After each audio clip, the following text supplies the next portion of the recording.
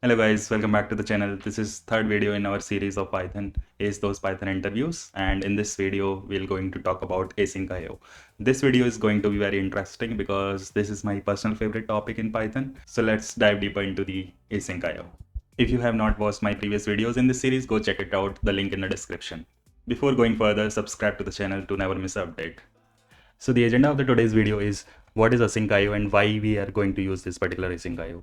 What the hell is event loop and how it is responsible for different Asyncio application? What are the task and task group in Asyncio? And we'll also take up some interview questions. And we will also talk about the concurrency versus parallelism in detail. So let's move on to Asyncio. So what is Asyncio? Asyncio, asynchronous IO, meaning that you do not wait while IO related tasks are getting performed.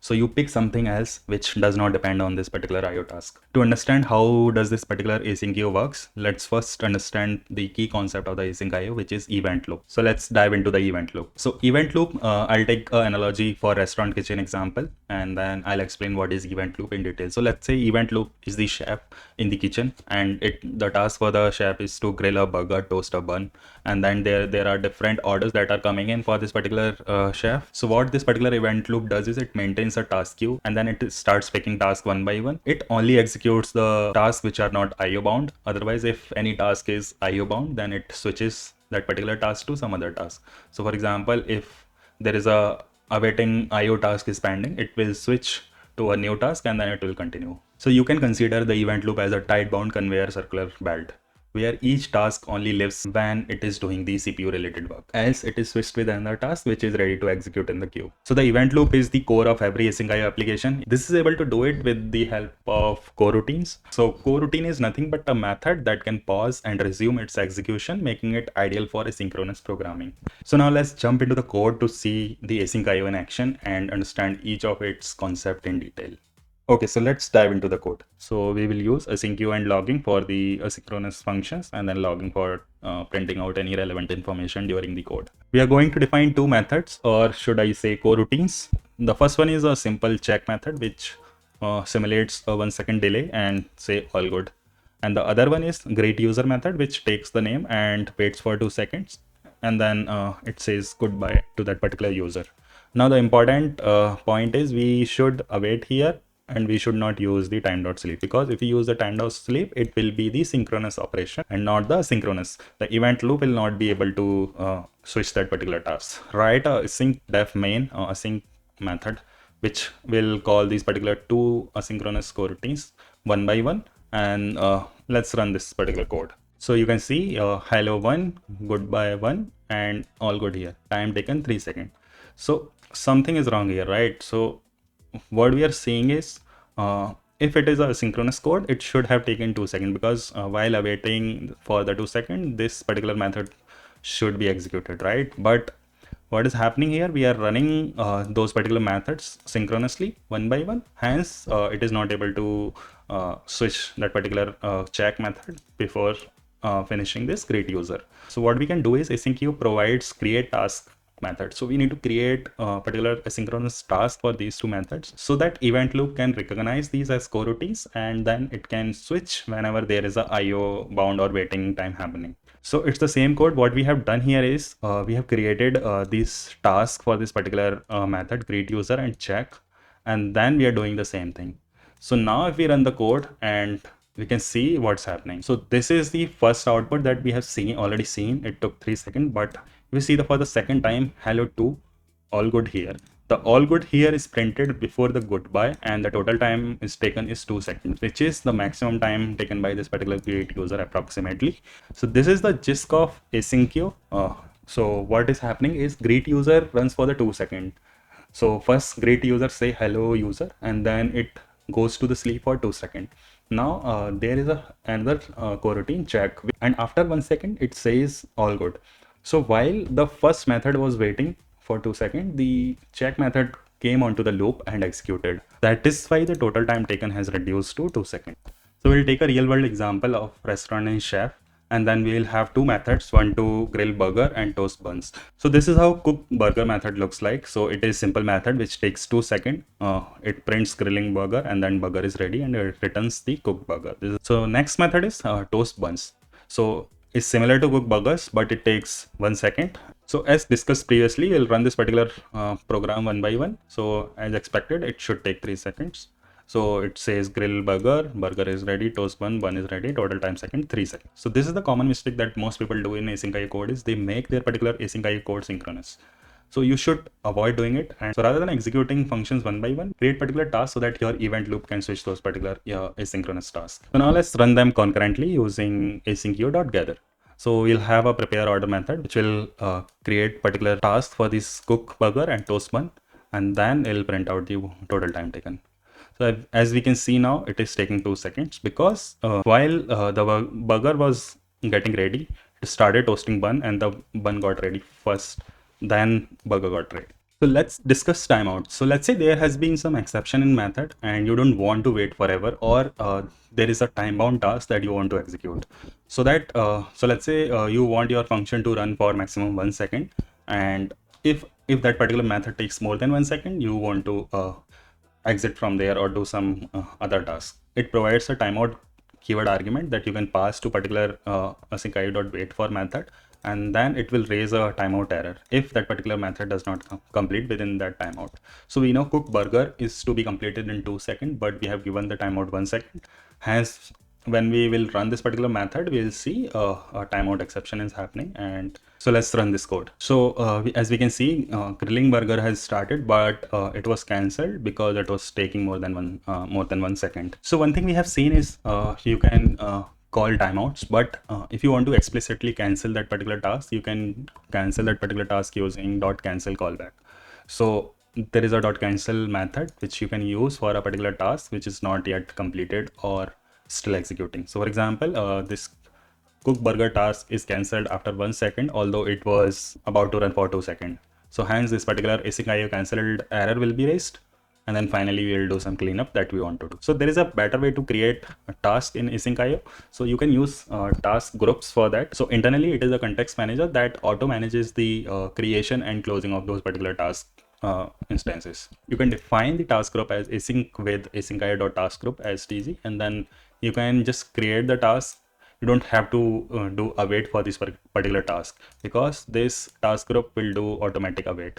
So you can see all tasks are awaited when the context manager exits. So the next interesting part in Asyncio is you can run the blocking calls into different threads, and it will not block your particular event loop. It will execute concurrently. And then what will happen is your event loop will keep on running for that different asynchronous task, and thread will be used for these blocking IO. So let's say you have a blocking IO method which sleeps for 1 second. There is a async method which is doing some processing, and you want to run this particular blocking method inside the async. So what you can do is you can run using asyncio.gather, and there is a method called toThread. So what it will do is asynchronously run the function in separate thread. So it will use a separate thread to run this particular blocking IO synchronous method into the current function. So let me show you how the execution will look like. So as you can see, the main function has started at 18 seconds.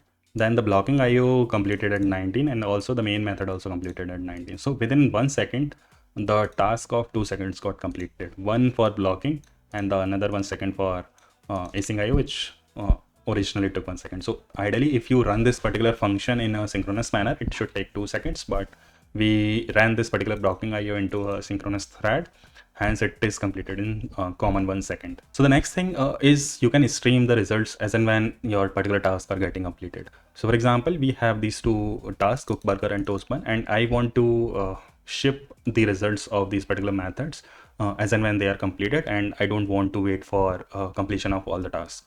So what I can do is I have this particular as completed method for these particular coroutines, which I can collect the result for these function, and then if needed, I can return these functions. Next topic I want to cover is asynchronous queue, but to cover this, I'll take a producer consumer example, which is sort of a mini Kafka will build. So we'll create a producer, we'll create a consumer. Producer will publish to the queue, and consumer will consume from the queue until the queue is not empty. So we'll create a simple producer asynchronous method, which will do nothing but for the number of producers, it will generate an item and put into the queue. Similarly, we'll have a consumer which will wait for queue to get item. It will mark the task is done if there is no item into the particular queue, and then break out of the loop until unless all tasks are not. So let's write a simulator method for these producer consumer. Let's say number of producer is 2, number of consumer is 3, and item per producer is 5. So we are generating 5 items per producer, which is total going to be the 10 items. So 3 consumers are going to consume those items. So we'll log as and when we are getting those items are getting consumed and produced. So we'll launch our producer, they'll start producing, and then we'll wait for all the consumer to finish processing those queue messages. So let's run this code. So as we can see, producer 1 is started producing item 1, and then consumer 1 is active and it consumed that particular producer 1 message. So this is how you can build a simple producer consumer application using Asyncio. So the next topic we're going to cover is concurrency versus parallelism. So let's say we have some blocking task, which is doing some CPU bound task, and then it waits and sleeps for 2 seconds and then marks the task as complete. If I run this particular task using multi-process pool, and I am running it 4 times, and I am running this particular task in async mode also, that I am creating different asynchronous functions for using 2-thread method, and then I am executing all those tasks using the asynchronous way. So let's run and compare the performance for these two. Doing some CPU bound task result to time taken to run in process is 4 seconds. So while we are running these methods in synchronous and asynchronous way, we see multiprocessing took 4 seconds, and then while doing the asynchronous way, we can see it took 2 seconds. Also, if you can see the pattern, so as I took 2 processes at a time, so my 2 tasks started at once and completed, then the next 2 tasks started. But if you see for the asynchronous code, all 4 tasks started at the same time, and then they completed one by one, because while one was awaiting, the second started, and so on. So that's why the time taken to run this particular code is lesser in async, because the most of the time went into the waiting. For any IO related task, you should always prefer using async IO. If you enjoyed watching this video, give a thumbs up and subscribe to the channel so that you never miss an upcoming video. If you have any questions related to the async IO or threading, comment down below and I'll answer that for you. And if you are preparing for the interviews, do not forget to subscribe the channel and check out the other videos available in the playlist. There will be more videos coming into the series, so definitely check out the playlist. So let's understand concurrency versus parallelism. So concurrency, you can consider there is one chef and there are multiple orders coming in, and he jumps between tasks and start one switches to another while something waits. So that's concurrent task, which is, you can think of async IO. Now parallelism is, let's say you have multiple chefs working on this at the same time on the separate task. So whenever you think about parallelism, go with the multiprocessing, because it creates a separate multiprocess based on the cores available onto your machine, and then they try to divide that particular work into different sub-process. So question for you, is concurrency better than parallelism? This is not the moral of the story, because we are not comparing concurrency and parallelism head to head. These two are different things and are available for the different use cases. For example, concurrency is better in specific scenarios that involves a lot of waiting. Because of that, it generally is a lot better than parallelism for web application development. For example, if you are filling a form and then another user comes to your website, then it should not be waiting for that particular action. So most of the web application are suitable and developed using async IO behavior. So we can say concurrency is better than parallelism in certain scenarios and vice versa, not for everything. So these are some common mistakes I want to highlight while people write asynchronous code. So first thing they do is they mix synchronous and asynchronous functions, forgetting to await a coroutine. So if you ever write a method which is defined as async def and you are not writing await in front of it, then it is also result in error. Using blocking libraries like request inside async code. So this is important, because most people, what they do is they write asynchronous code, but they use the synchronous libraries, which is not going to make your code look asynchronous or work asynchronously. It is still asynchronous code. So avoid using synchronous libraries. If there is a absolute necessity, Python do have run in thread method for the async IO, so you can run that particular blocking call into a different thread other than the event loop. Await hell, too many nested awaits instead of structured flow. You have multiple methods awaiting for each other, and it is making that particular code synchronous. So what you should do is, in these scenarios, you should split that particular piece of code into different functions and execute this dependent path in a single asynchronous method. So let's take some of the interview questions. So what is the event loop and how does Asyncio handle scheduling? I think if you have watched the entire video, you get the answer for this particular question. How would you build a concurrent scraper using Asyncio? So this is an interesting question if you are a senior Python developer and interviewing for Python. Someone may ask you this question, slightly modifying the logic either for the web scraping, or he can modify it for the number of API requests. So the idea to solve this particular problem is using Asyncio and create different tasks for different functionalities. So for example, one Asyncio method can be responsible just to navigate the pages and get the source code of it. And the other Asyncio task would be to utilize beautiful SOAP kind of library, which can be used to get the information using different HTML tags and so on. So divide the application into different unrelated components and use the Asyncio to run those concurrently. So next question you may encounter is similar on the similar lines is explain the difference between concurrency and parallelism. So we have also answered this particular question into the video, so go check it out if you have missed it. Next question is when and why you should think about building a Asyncio app.